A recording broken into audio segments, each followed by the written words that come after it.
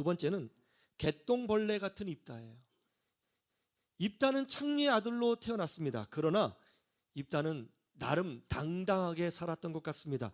왜냐하면 1절에 보니까 큰 용사라고 표현하고 있어요. 그럼 비록 창녀의 아들로 태어났지만 그래도 자기 아버지는 동네에서 심게나 쓰는 길르앗이잖아요.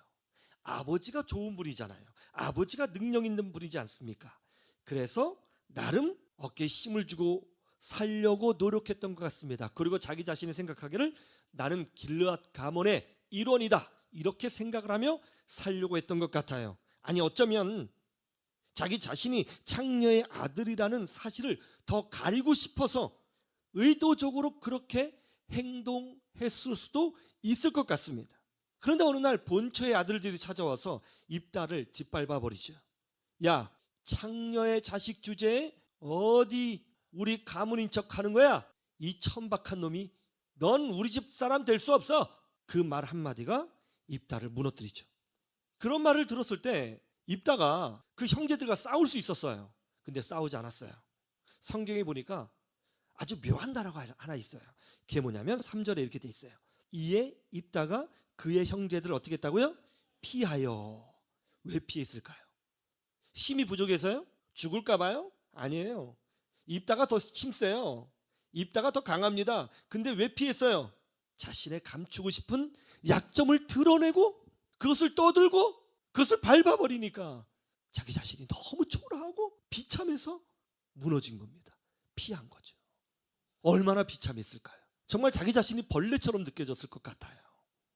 그런데 그때 이스라엘의 전쟁이 일어나게 됩니다. 암몬 자손이 이스라엘 민족을 침공한 거예요.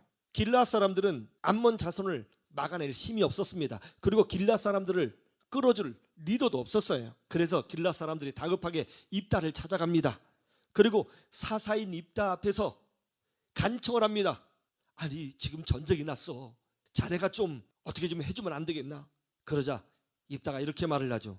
아니 지금 무슨 소리 하시는 겁니까? 나보러 창녀의 아들이라고 하면서 천박하다고 하면서 쫓아낼 때는 언제고 지금 다급하니까 이렇게 나를 찾아와서 도와달라고요? 이게 말이나 돼요? 그러자 이스라엘 사람들이 입다의 약점을 딱 건드려요. 이봐, 이번 위기에서 자네가 우리를 도와주면 자네야말로 길르앗 가문의 일원일 뿐만이 아니라 우리 길르앗 사람들의 리더가 되는 거야. 우리가 리더로 세워줄게. 자네야말로 길르앗 어르신의 용맹함을 이어받은 그 피를 그대로 받은 참 아들이 아닌가. 이 말에 입다가 무너져요.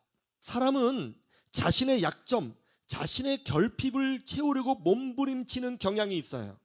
키가 작아서 놀림받은 경험이 있는 사람은 어떻게 해서든지 키 큰 여자랑 결혼하려고 합니다. 막 키 큰 여자랑 결혼하려고 해요. 그리고 어떨 때는 키 크는 수술까지 받습니다. 묘하죠. 어렸을 때 눈 작다고 놀림 받으신 분은 어떻게 해서든지 돈을 벌어서 앞을 틔우고 뒤를 틔워 눈을 크게 보이려고 노력합니다. 돈 때문에 서름 받은 사람들은요, 미친 듯이 돈에 집착합니다. 사람은요, 결핍이 있으면 그걸 채우려고 해요. 어렸을 때 사랑받지 못한 사람 있잖아요. 쉽게 남자를 만나고 쉽게 여자를 만납니다. 조금 나를 사랑하는 것 같으면 마음을 확 줘요. 인간은 자신의 결핍을 채우려고 몸부림치며 삽니다. 이게 인간의 약점이죠. 길르앗 사람들은 사사 입다의 결핍을 자극했어요. 이 말을 들은 입다가 다시 한번 확인합니다. 정말로 저를 길르앗 가문의 일원으로 받아주고 제가 길르앗 사람들의 리더가 될 수 있는 거예요? 확실하죠? 그러자 이스라엘 사람들이 답변합니다. 그렇다니까 그러네. 하나님이 우리의 증인이시지. 그래서 입다는 자기와 함께한 사람들을 데리고 묵묵히 전쟁터로 나갑니다. 얼마나 두려웠을까요? 그래도 뚜벅뚜벅 걸어 나갑니다. 이때 입다는 무슨 생각을 했을까요? 어린 시절 형들에게 에이 창녀의 아들놈, 창녀의 아들놈 하면서 구박받고 멸시받았던 그때를 생각했을까요? 집에서 쫓겨나서 갈 곳이 없어서 동굴 속에서 살면서 동굴 속에서 자면서 엉엉 울었던 때를 생각했을까요? 그렇게 어쨌든 입다가 목숨을 걸고 싸우려고 했을 때에 하나님의 영이 그에게 임하셨어요. 즉 하나님에게 능력을 받았다는 거예요. 하나님이 입다에게 힘을 더해 주셨다는 거예요. 왜 하나님은 입다에게 힘을 더해 주셨을까요? 길르앗 가문의 일원이 될 수 있다고 하는 그 작은 입다의 소망에 응답해 주시려고 그렇게 힘을 주셨을까요?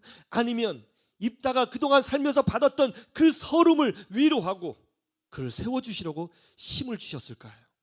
그런데 중요한 건 이거예요. 입다가 믿음의 결단을 하고 가장 중요한 순간에 서 있었을 그때에 하나님이 입다와 함께 해주셨다는 거예요. 하나님은 지금도 우리가 가장 어두운 그 순간에 우리와 함께 하신다는 것을 믿으시기를 주님의 이름으로 축원합니다. 세 번째는 개똥벌레가 반딧불이 되다예요.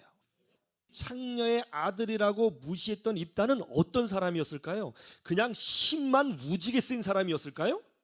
근데 성경을 읽어보면 아주 충격적인 장면이 나와요.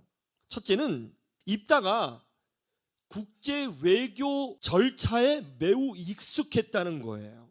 외교를 알았다는 거예요. 여러분, 그 당시의 외교는요, 귀족의 자식이나 왕의 자식들만 배울 수 있는 능력이에요. 그런데 어떻게 된 일인지는 모르지만 입다가 그런 능력을 보여줘요. 둘째는 더 충격적인 겁니다. 아주 해박한 역사 지식을 가지고 있었어요. 입다는 인문학의 대가였습니다. 그 당시 이스라엘 사람들에게 볼 수 없었던 해박한 역사 지식, 그리고 성경 지식을 가지고 있습니다. 어떻게 창녀의 아들로 태어났던 입다가 이런 해박한 인문학과 역사와 성경 지식을 가지고 있게 되었는지는 모르겠어요. 그러나 그런 모습을 보여줘요. 충격적이죠. 한번 볼까요? 12절을 보세요. 입다는 무작정 싸우지 않았습니다. 사절단을 구성해서 암몬 왕에게 보냅니다. 즉 외교로 전쟁을 막으려고 했어요. 사절단을 보내서 전쟁을 하려는 이유가 뭔지, 목적이 뭔지, 그리고 어떻게 이 문제를 해결할 수 있는지를 질문합니다. 굉장히 놀라운 거예요. 이거 굉장히 지혜로운 겁니다. 여러분, 사람은요, 외모로 판단해서는 안 됩니다. 그 사람의 출신과 집안과 학벌만 보고 그 사람 판단하면 안 됩니다. 하나님은 겉으로 보기에 부족한 사람이라 할지라도 언제든지 지혜를 주시고 능력을 주신다는 것을 여러분 기억하셔야 되는 것입니다. 절대로 외모로 판단하지 마세요. 그러자 암몬 왕이 답변합니다. 야, 지금 이스라엘 니들이 살고 있는 그 땅은 원래 우리 땅이었어. 니들이 지금 불법으로 점거하고 있는 중이야. 그래서 우리가 너희들을 다 밀어버리려고 하는 거야. 내 땅 내놔. 그러자 이때 입다의 놀라운 인문학적 지식과 역사 지식과 성경 지식이 빛을 발하기 시작합니다. 그게 15절에서 26절의 내용이에요. 입다가 이렇게 말합니다. 우리 이스라엘 민족이 홍해바다를 건너 이 광야에 들어왔을 때에, 그리고 가나안 땅에 들어갔을 때에 이 땅은 원래 아모리 족속들이 살고 있었다. 그냥 지나가려고 했는데 아모리 족속이 허락하지 않고 우리를 공격하기에 우리 조상이 그들과 싸워 이 땅을 점령하게 되었노라. 그 지경은 아르논에서부터 야보까지 광야에서 요단까지 이루고 있었노라. 그리고 우리가 아모리 족속을 쫓아내고 여기가 산지 300년이었다. 그러나 그동안 너희들은 한 번도 300년 동안 이 땅이 너희 땅이라고 주장한 적이 없었지 아니하느냐. 그런데 지금 와서 근거 없이 이 땅이 너희 땅이라고 말하니 누가 너희들의 말에 호응할 수 있겠느냐. 이 땅은 하나님이 우리에게 주신 땅이니라. 여러분, 이 해박한 논리와 지식을 한번 보세요. 놀랍지 않아요? 이것이 바로 입다예요. 입다는 힘만 센 그런 사람이 아니었습니다. 이스라엘 사람들이 영적으로 어두워져 있고 자기 민족의 역사도 잊어버리고 하나님 말씀도 잊어버렸을 그때에 입다는 그것을 기억하고 알고 공부했던 사람이에요. 모두가 어두웠을 때 입다는 반딧불처럼 빛을 내는 사람이었습니다. 입다는 개똥벌레가 아니에요. 반딧불이었습니다. 그러자 할 말을 잃은 암몬 사람들이 화가 나서 이스라엘을 공격하게 되었습니다. 그때 하나님의 영이 입다에게 임했어요. 더 지혜롭게 되었고 더 능력이 충만하게 되었고 성령의 능력으로 강력한 힘을 얻게 되었어요. 여러분, 하나님의 영이 임하면 그 사람은 특별한 존재로 능력을 소유하게 된다는 것을 믿으시기를 주님의 이름으로 축원합니다. 여러분, 성령 받아야 돼요. 하나님의 능력이 임해야 돼요. 지혜는 하나님이 주시는 줄로 믿습니다. 능력도 하나님이 주시는 줄로 믿습니다. 입다가 간절히 기도한 후에 전쟁터에 나갑니다. 그리고 암몬 자손을 완전히 무찔러 버려요. 아무도 이스라엘을 구할 수 없는 그 시대에, 아무도 하나님의 말씀을 모르고 아무도 자기 역사를 몰랐던 영적인 어둠이 충만했던 그 시대에 입다는 반딧불처럼 빛을 발했어요. 그리고 자기 민족을 구원해낼 수 있었던 것입니다. 여러분, 우리도 마찬가지라고 생각합니다. 세상 사람들은 예수 믿는 사람들을 벌레처럼 여길 때가 있습니다. 세상 사람들은 우리를 무시할 수도 있습니다. 그러나 여러분 잊지 마세요. 우리는 세상의 빛이요 세상의 소금입니다. 우리가 가지고 있는 진리, 천국 소망, 부활 소망, 하나님의 말씀, 영적인 체험, 예배의 권위, 이런 것 세상 사람들이 볼 때 별것 아닌 것처럼 보일 수 있지만, 이 민족이 어두워지고 인간의 삶이 어두워질수록 우리가 가지고 있는 이 진리, 천국 소망은 반딧불처럼 빛을 발하는 은혜를 여러분 반드시 경험하게 될 것입니다. 그러므로 세상에 흔들리지 마십시오. 믿음으로 승리하십시오. 그렇게 되기를 주님의 이름으로 축원합니다. 나는 반딧불이라는 노래가 있어요. 중식이라는 분이 작사 작곡한 노래인데요, 제가 이 노래 들으면서 눈물 나더라고요. 제 이야기 같기도 하고. 들려주니까 다 자기 이야기 같대요. 이 노래의 가사 일부를 제가 따왔는데요, 한번 들려줄게요. 이 가사가 이렇습니다. 나는 내가 빛나는 별인 줄 알았어요. 한 번도 의심한 적 없었죠. 우리는 다 태어날 때 자기가 정말 빛나는 별이라고 생각하고 살잖아요. 몰랐어요. 나는 내가 벌레라는 것을.